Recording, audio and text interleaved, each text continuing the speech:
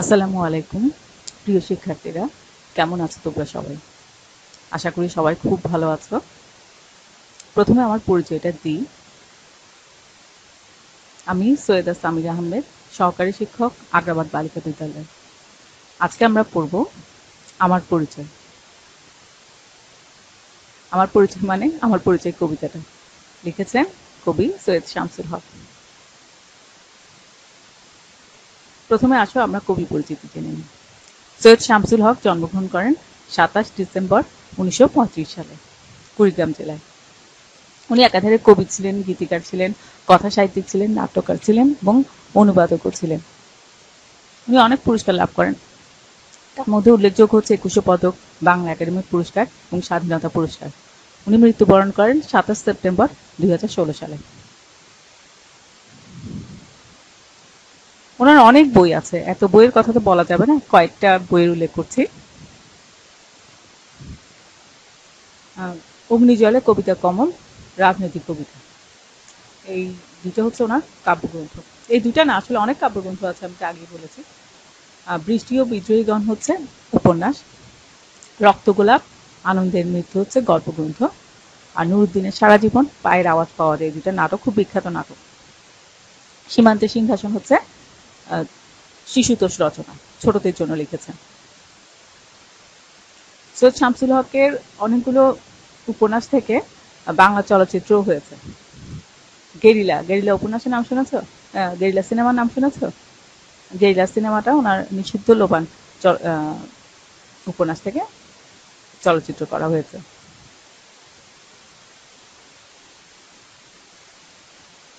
এবার আসো আমরা কবিতাটা একটু পড়ি, সম্পূর্ণ কবিতাটা একবার পড়ি।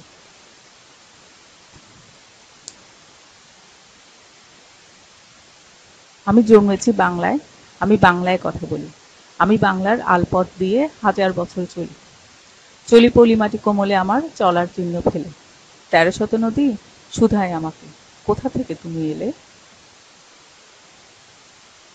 আমি তো এসেছি চর্যাপদের অক্ষরগুলো থেকে, আমি তো এসেছি সওদাগরের ডিঙার বহর থেকে, আমি তো এসেছি কৈবর্তের বিদ্রোহী গ্রাম থেকে, আমি তো এসেছি পালযুগ নামে চিত্রকলার থেকে,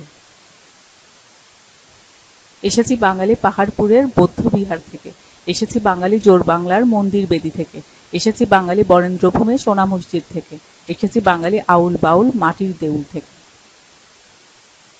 আমি তো এসেছি সার্বভৌম বারোভূঁইয়ার থেকে, আমি তো এসেছি কমলার দিঘি মহুয়ার পালা থেকে, আমি তো এসেছি তিতুমির আর হাজি শরীয়ত থেকে, আমি তো এসেছি গীতাঞ্জলি ও অগ্নিবীণার থেকে,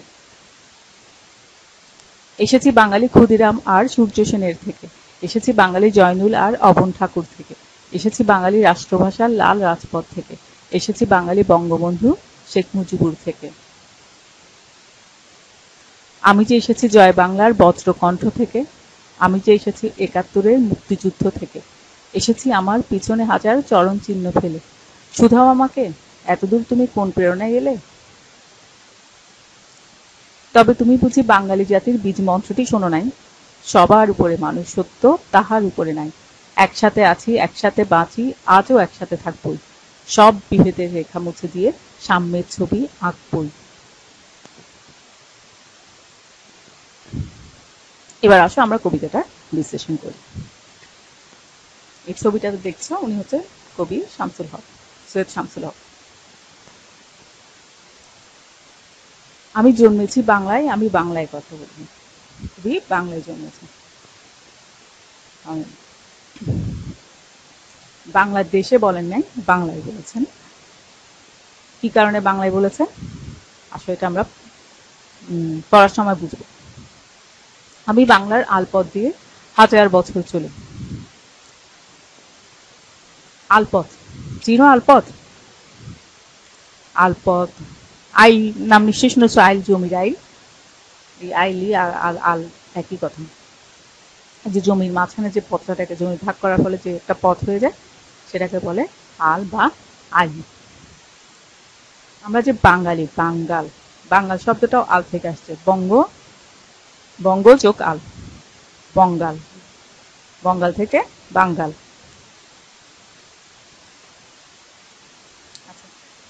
চলি পলিমাটি কোমলে আমার চলার চিহ্ন ফেলে। আমরা জানি নদীর কারণে, নদীমাতৃক দেশ হওয়ার কারণে অনেক পলিমাটি জমে আমাদের, এবং বাংলাদেশের মাটি কিন্তু অনেক উর্বর। এরকম উর্বর জমি পৃথিবীর খুব কম দেশেই পাওয়া যায়। 1300 নদী শুধায় আমাকে, কোথা থেকে তুমি এলে? 1300 নদী, 1300 নদী তো নাই, কিন্তু অনেক নদী আছে, নদীমাতৃক দেশ, সেটা বোঝাতে বলেছে 1300 নদী।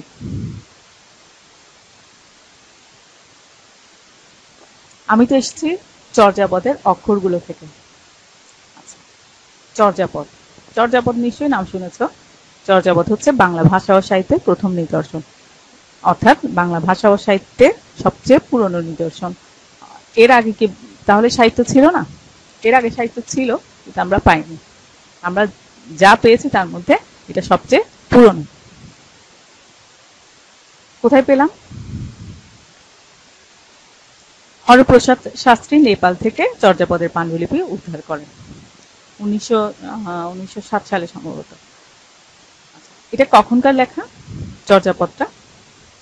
এটা 600 শতাব্দী থেকে 11 শতকের মধ্যে পদগুলো রচিত হয়েছে। এই পদগুলোর মধ্যে প্রাচীন বাংলার অতি সাধারণ মানুষের প্রাণময় জীবনচিত্র ফুটে উঠেছে। আচ্ছা, তোমাদের ক্লাস 8-এর সামাজিক বিজ্ঞান বইতে চর্যাপদের কিছু পদের বা কবিতার কিছু অংশ আছে, তোমরা পড়েছ। মানে কি, তোমরা আসলে পড়লে, এমনিতে পড়লে, তোমরা বলে কথা নাই, যে কোনো বাঙালি পড়লে কিন্তু কিছু বুঝবে না, মনে হবে একটু একটু বুঝছে, প্রথমত লেখাগুলোই বুঝবে না।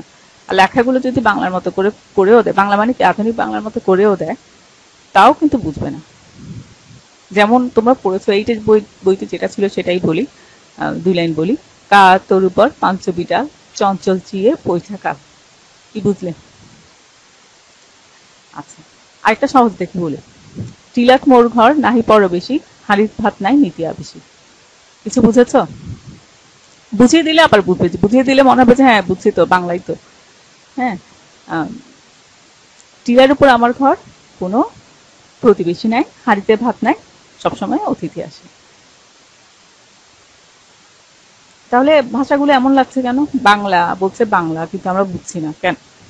কারণ এটা অনেক আগে, কত কত বছর আগে বলছেন, 600 শতাব্দী থেকে 1100 শতকের মধ্যে। ঠিক কখনকার ঠিক বলতে পারছে না, এই সময়ের মধ্যে হবে। তাহলে দেখো, 1000 বছরের আরো বেশি সময়ের আগে। 1000 বছর আগের ভাষা আর এখনকার ভাষার মধ্যে তো পার্থক্য থাকবেই। তোমরা ক্লাস 8-এ বাংলা ভাষার জন্ম কথা পড়েছো হুমায়ুন আজাদে, সেখানে উনি কি বলেছেন? ভাষার ধর্মই হচ্ছে বদলে যাওয়া। ভাষা অবশ্যই বদলে যাবে, আজকে যে ভাষা আছে সেটা 1000 বছর পরে এইরকম থাকবে না, অন্যরকম হয়ে যাবে। 1000 বছর বলছি কেন, 100 বছর আগের ভাষা আর এখনকার ভাষা দেখ, অনেক পরিবর্তন হয়েছে। 100 বছর কেন, 50 বছর আগে তুমি সিনেমা দেখো, তখনকার মানুষ যেভাবে কথা বলছে, এখনকার কথা কি হুবহু এক? পরিবর্তন হয়েছে অনেক। তাহলে 1000 বছর আগে তো অনেক পরিবর্তন হবে, এত পরিবর্তন হবে যে আমরা বুঝবোই না।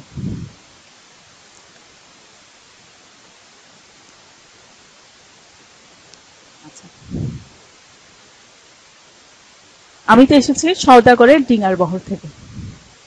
সওদাগরের ডিঙার বহর কেন বলছে?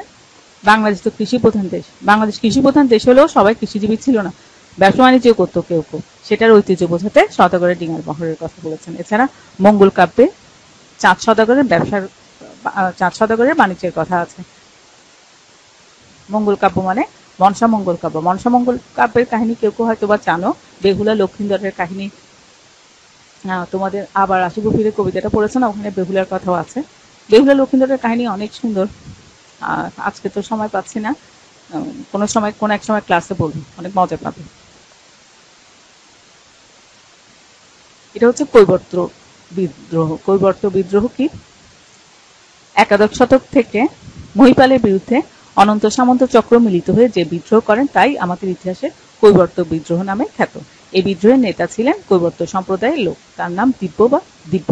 বাঙালি জাতির বিদ্রোহের ঐতিহ্য বোঝাতে এই বিদ্রোহের উল্লেখ করা হয়েছে। বলে কি বাঙালি জাতি একটাই বিদ্রোহ করেছে? অনেক বিদ্রোহ করেছে, তো কবি একটার উল্লেখ করেছেন।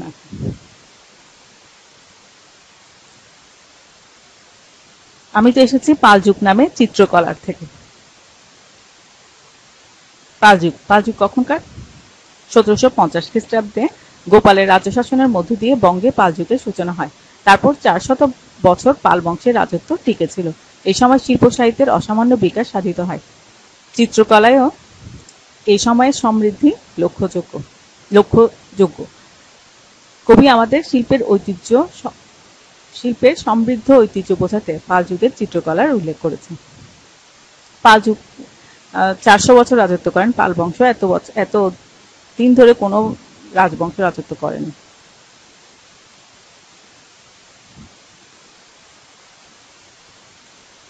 শুধু চিত্রশিল্প না, আরো অনেক শিল্পে পাল যুগ সমৃদ্ধ ছিল, তবে চিত্রশিল্পে একটু বেশি সমৃদ্ধ ছিল। এসেছে বাঙালি পাহাড়পুরের বৌদ্ধবিহার। পাহাড়পুরের বৌদ্ধবিহারের নাম অবশ্যই শুনেছো, ছবিটাও দেখেছো, কেউ কেউ গিয়েছো হয়তোবা।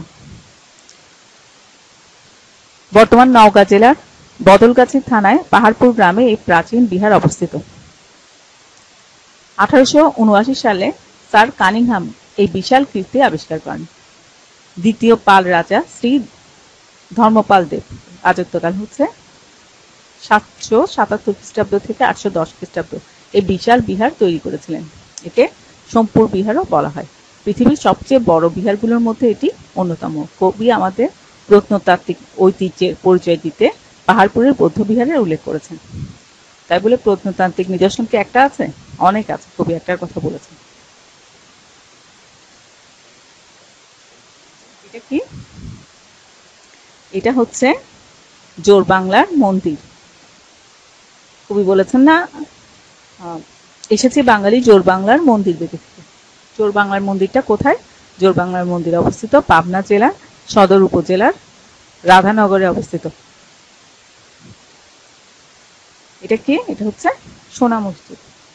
কোন সোনা মসজিদ? সোনা মসজিদ দুইটা আছে। বরেন্দ্রভূমে সোনা মসজিদ বলতে চাঁপাইনবাবগঞ্জ জেলায় অবস্থিত ছোট সোনা মসজিদকে বোঝানো হয়েছে। বড় সোনা মসজিদ আছে একটা, ওইটা ভারতে অবস্থিত, ভারতের গৌড়ে অবস্থিত। হোসেন শাহের আমলে অর্থাৎ 1493 খ্রিস্টাব্দ থেকে 1519 খ্রিস্টাব্দ এই মসজিদটি নির্মিত হয়। অসাধারণ সৌন্দর্য মণ্ডিত স্থাপত্য কর্ম হিসেবে সোনা মসজিদ অন্যতম। কবি আমাদের মুসলিম ঐতিহ্যের সুমহান নিদর্শন দিতে এটি উল্লেখ করেছেন। দেখো, মসজিদ, মন্দির, আবার এখানে বলছে বৌদ্ধ বিহার।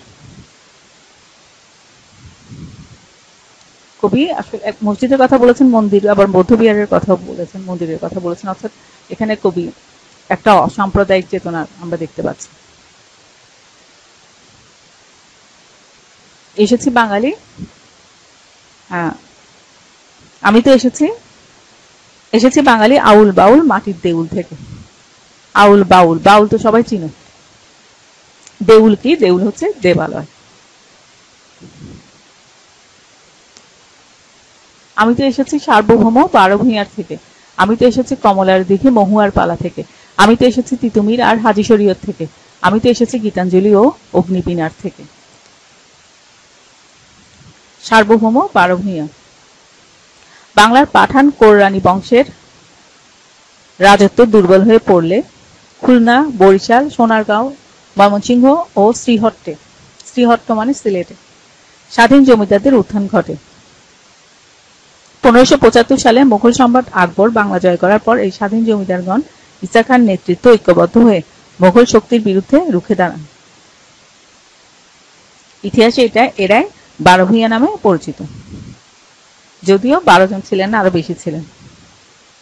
এরা হলেন ঈসা খাঁ, চাঁদ রায়, কেদার রায়, প্রতাপাদিত্য, লক্ষণ মাণিক্য প্রমুখ। ময়মনসিংহ গীতিকা কেন লিখেছে? এখানে তো ময়মনসিংহ গীতিকার কথা বলে নেই। আমি তো এসেছি কমলার দিঘি মহুয়ার পালা থেকে। কমলার দিঘি মহুয়ার পালা ময়মনসিংহ গীতিকার একটি পালা।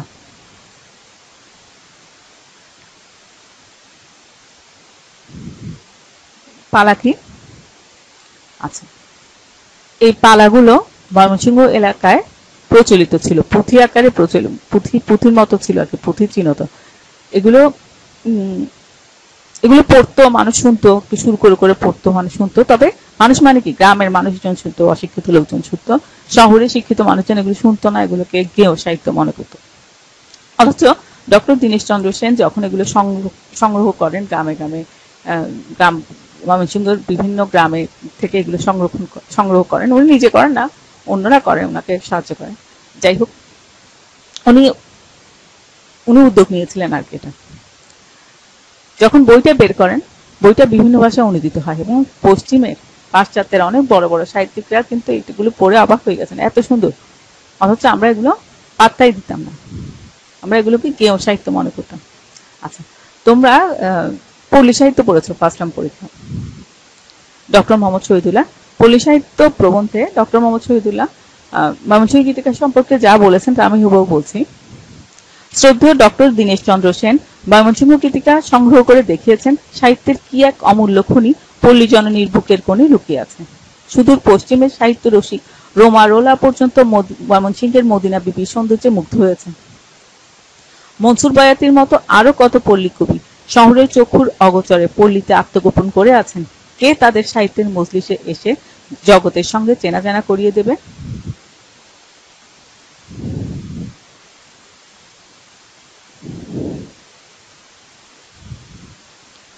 আমি তো এসেছি তিতুমির আর হাজী শরীয়ত থেকে।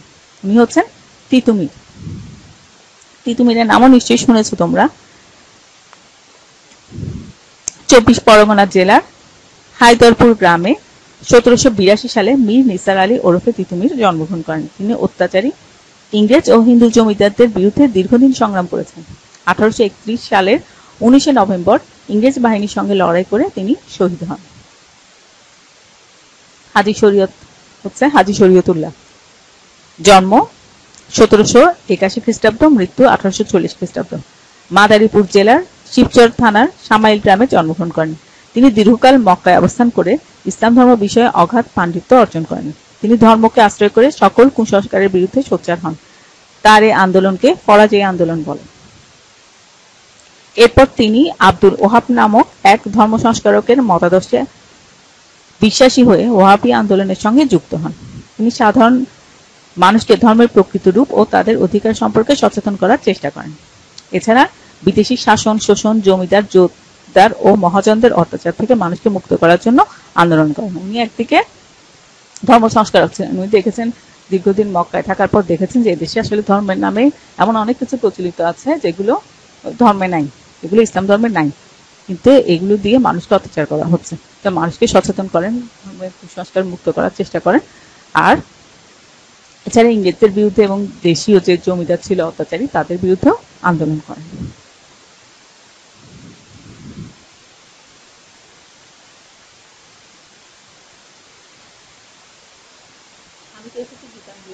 আমি তো এসেছি গীতাঞ্জলি ও অগ্নিবীণার থেকে। গীতাঞ্জলি তোমরা সবাই জানো। গীতাঞ্জলি রবীন্দ্রনাথ ঠাকুর গীতাঞ্জলি কাব্যের জন্য নোবেল পুরস্কার লাভ করেন এবং বাঙালিদের মধ্যে উনি প্রথম নোবেল পুরস্কার লাভ করেন। অগ্নিবীণা কাজী নজরুল ইসলামের। দেখো, প্রথমে শুরু হয়েছিল চর্যাপদ দিয়ে, এখন আধুনিক সাহিত্যে চলে এসেছে, তাই না? এসেছি বাঙালি ক্ষুদিরাম আর সূর্য সেনের থেকে, এসেছি বাঙালি জয়নুল আর অবন ঠাকুর থেকে, এসেছি বাঙালি রাষ্ট্রভাষা লাল রাজপথ থেকে, এসেছি বাঙালি বঙ্গবন্ধু শেখ মুজিবুর থেকে। ক্ষুদিরাম বসু। ক্ষুদিরাম বসুর জন্ম হচ্ছে 1889 খ্রিস্টাব্দে, মৃত্যু 1908 খ্রিস্টাব্দে, অর্থাৎ 19 বছর বয়সে। 19 বছর বয়সে মারা যান। মারা যান মানে ওনাকে ফাঁসি দেওয়া হয়। কেন ফাঁসি দেওয়া হন? আচ্ছা, ক্ষুদিরাম বসু মেদিনীপুর জেলার মৌবনী গ্রামে জন্মগ্রহণ করেন। শৈশব থেকে ব্রিটিশ বিরোধী আন্দোলনের সঙ্গে জড়িত ছিলেন। অত্যাচারী ম্যাজিস্ট্রেট কিংফোর্ডকে হত্যা করতে গিয়ে ভুলবশত 2 জন ইংরেজ মহিলাকে হত্যা করেন। 1908 সালের 11 আগস্ট এই মহান বিপ্লবীর ফাঁসির আদেশ কার্যকর হয়। মাস্টারদা সূর্য সেন। মাস্টারদা সূর্য সেন জন্মগ্রহণ করেন 1893 খ্রিস্টাব্দে, মৃত্যু 1934 খ্রিস্টাব্দে। এখানে 1894 লিখেছে, কিন্তু তোমাদের বইতে আছে 1893 খ্রিস্টাব্দ। চট্টগ্রাম জেলার রাউজান থানার নোয়াপাড়া গ্রামে জন্মগ্রহণ করেন। চট্টগ্রামের মানুষ, তাই না? আজীবন তিনি ব্রিটিশদের বিরুদ্ধে সশস্ত্র যুদ্ধে নিয়োজিত ছিলেন। 1930 সালে তিনি চট্টগ্রামকে ইংরেজ মুক্ত করে স্বাধীনতা ঘোষণা করেন, কিন্তু বেশি দিন তা রক্ষা করতে পারেননি। 1934 সালের 12 জানুয়ারি তার ফাঁসি হয়। জয়নুল এসেছে বাঙালি জয়নুল আর অবন ঠাকুর থেকে। জয়নুল আবেদিন। জয়নুল আবেদিনকে তোমরা চিনো। জন্ম 1914 খ্রিস্টাব্দে, মৃত্যু 1976 খ্রিস্টাব্দে। কিশোরগঞ্জের কেন্দুয়া থানায় জন্মগ্রহণ করেন। শিল্পাচার্য হিসেবে তিনি খ্যাত। শিল্পাচার্য জয়নুল আবেদিন। দেশজ ইতিহাস, ঐতিহ্য ও সংস্কৃতির পটভূমিতে তার বিপুল চিত্রকর্ম বাংলাদেশের শিল্পকলা আন্দোলনের বিপুল চিত্রকর্ম রচিত। দুর্ভিক্ষতাড়িত জীবন ও জগতের ছবি এঁকে তিনি অসামান্য এক জীবন তৃষ্ণার পরিচয় দিয়েছেন। অনেক দুর্ভিক্ষের ছবি এঁকেছেন। এখানে 3টে ছবি দিয়েছেন, অনেক ছবি এঁকেছেন।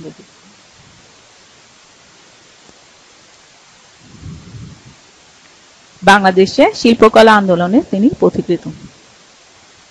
অবন ঠাকুর। অবন ঠাকুর হচ্ছেন অবনীন্দ্রনাথ ঠাকুর। জন্ম 1871 খ্রিস্টাব্দে, মৃত্যু 1951 খ্রিস্টাব্দে। উনি কবিগুরু রবীন্দ্রনাথ ঠাকুরের ভাইয়ের ছেলে। কলকাতার জোড়াসাঁকোর ঠাকুর পরিবারে জন্মগ্রহণ করেন। তিনি বিখ্যাত চিত্রশিল্পী, তবে শিশু সাহিত্যিক হিসেবেও তিনি অসাধারণ প্রতিভার পরিচয় দিয়েছেন।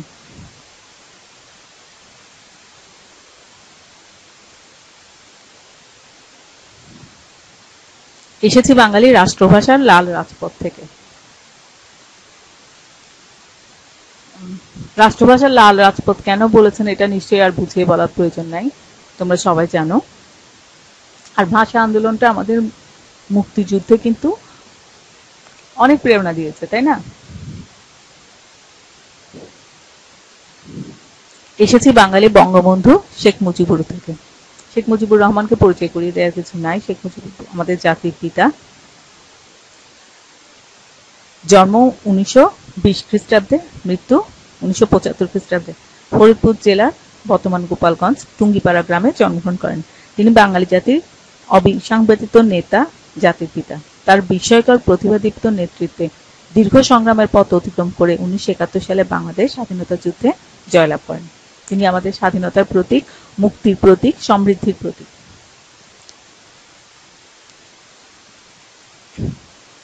আমি যে এসেছি জয় বাংলার বজ্রকণ্ঠ থেকে। আমি যে এসেছি 71-এর মুক্তিযুদ্ধ থেকে। দেখো এখানে এখন আমরা 71-এর মুক্তিযুদ্ধে চলে এসেছে কবি। আচ্ছা, প্রথমে একটা কথা বলেছিলাম, কবি প্রথমে বলেছে আমি জন্মেছি বাংলায়, বাংলাদেশে বলেন না। ঠিক আছে, বাংলাদেশের জন্ম কখন? মুক্তিযুদ্ধের পরে। তো মুক্তিযুদ্ধ করে তো আমরা স্বাধীন দেশ হয়েছে, তাই না? তাহলে দেখতে পাচ্ছি আমরা কবি চর্যাপদ থেকে শুরু করেছেন এবং শেষ করেছেন কি? মুক্তিযুদ্ধ দিয়ে। আচ্ছা, জয় বাংলা। জয় বাংলা মুক্তিযুদ্ধের সময় জাতীয় স্লোগান হিসেবে অসাধারণ এক প্রেরণা সঞ্চারী শব্দমালা। এই স্লোগান ঐক্য ও সংহতির প্রতীক। মুক্তিযুদ্ধ।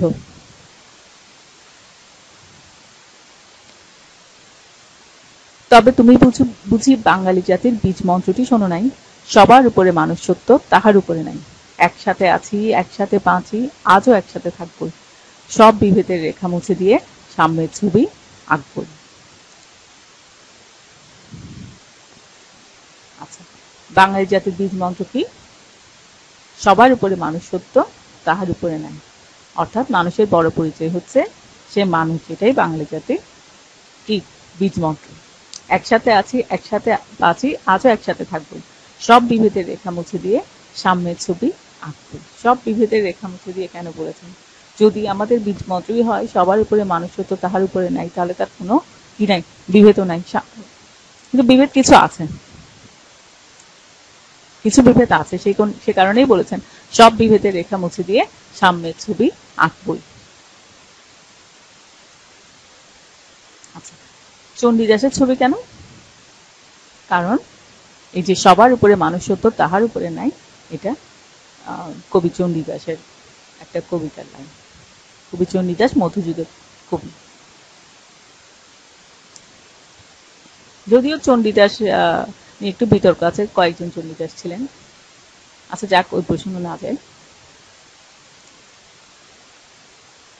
আচ্ছা, আজকের কবিতাটা পড়তে গিয়ে মনে হলো না আমরা একটু যেন ইতিহাস করছি, এরকম মনে হচ্ছে না? আচ্ছা, এবার তোমাদের একটা বাড়ির কাজ, খুব সহজ একটা বাড়ির কাজ। বাড়ির কাজটা হচ্ছে এখানে অনেক ইতিহাস ঐতিহ্যের কথা আছে না, কিন্তু সবকিছুর কথা তো নাই। সবকিছুর কথা একটা কবিতায় বলাও সম্ভব না, কখনোই এটা কবিতা কখনো বলেও না। এখন তোমার কাজ হবে, এখানে কবি বলেন না এরকম কোনো ইতিহাস ঐতিহ্যের কথা তুমি বলবে। কথা মানে কি, শুধু উল্লেখ করবে, প্রসঙ্গটা উল্লেখ করবে। যেমন এখানে বিখ্যাত ব্যক্তির কথা হতে পারে, কোনো প্রত্নতাত্ত্বিক নিদর্শন হতে পারে, কোনো বিখ্যাত সাহিত্য হতে পারে, কোনো ঐতিহাসিক স্থান হতে পারে, বা কোনো বাংলার ঐতিহ্যের পরিচয় বহন করে এমন কোনো বিষয়ও হতে পারে। যেমন আমি একটা বই, যেমন মনে করো বেগম রোকেয়া বা রোকেয়া সাখাওয়াত হোসেন, আজকের বাঙালি মেয়েদের যে অবস্থান, ঠিক আছে, সেখানে কি ওনার অনেক অবদান আছে না? তাহলে ওনার কথা উল্লেখ করতে পারি, এখানে তো নাই। এরকম আরো অনেক কিছু উল্লেখ করতে পারি, ঠিক আছে। তা তোমার চারটা লিখে আনবে। চারটা আমি তো এসেছে এভাবেও লিখতে পারো বা এমনিও লিখতে পারো। কেউ যদি মনে করো চারটার বেশিও লিখতে পারো। এখন এখন নিশ্চয়ই তোমরা বুঝতে পেরেছো আমি তো এসেছি বলে কবি কি বুঝাতে চেয়েছেন। আচ্ছা, এই কবিতায় অনেকগুলো শব্দার্থ টিকা আছে। আর কোনো এই বইয়ে, তোমাদের পাঠ্য বইয়ে আর কোনো গদ্য বলো পদ্য বলো এতগুলো শব্দার্থ টিকা নাই। এমনকি আমিও এখানে তোমাদের বোঝানোর জন্য অনেক ক্ষেত্রে এই শব্দার্থ টিকার সাহায্য নিয়েছি। এখান থেকে পরীক্ষায় প্রশ্ন আসবে, তোমরা এটা শব্দার্থ টিকাটা খুব ভালোভাবে পড়বে, ঠিক আছে। আজ এই পর্যন্ত। সবাই ভালো থেকো, সাবধানে থেকো, স্বাস্থ্যবিধি মেনে চলো, অকারণে বাড়ির বাইরে যেও না। খোদা হাফেজ।